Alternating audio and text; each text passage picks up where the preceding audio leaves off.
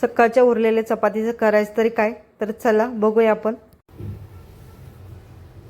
उकडून घेतलेला बटाटा आहे, आलं लसूण पेस्ट आहे, हिरव्या मिरच्या सुद्धा लागणार आहे, कोबी छान असा बारीक चिरून घेतलेला आहे, गाजर खिसून घेतलेलं आहे, कांदा सुद्धा उभा चिरून घेतलेला आहे, शिमला मिरची सुद्धा बारीक चिरून घेतलेले उभीच आहे, आणि आपले सकाळी उरलेले चपाती आहेत। तर चला पुढे बघू।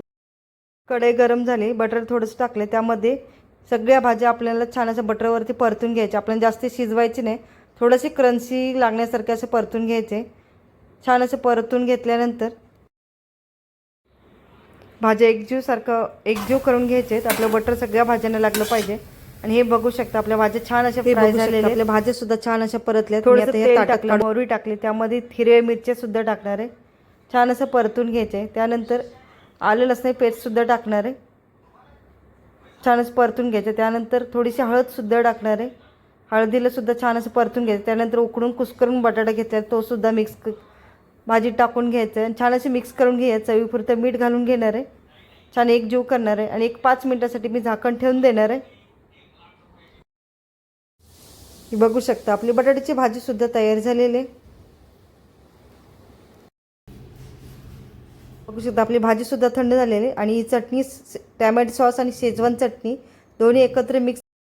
त्यानंतर बटाट्याची भाजी जी बनवलेली पिवळी ती सगळ्या चपातीला अशी फिरवून घ्यायची। त्यानंतर भाज्या ज्या आपण फ्राय करून घेतलेल्या त्या भाज्या सगळीकडे असे पसरून लावून घ्यायचे।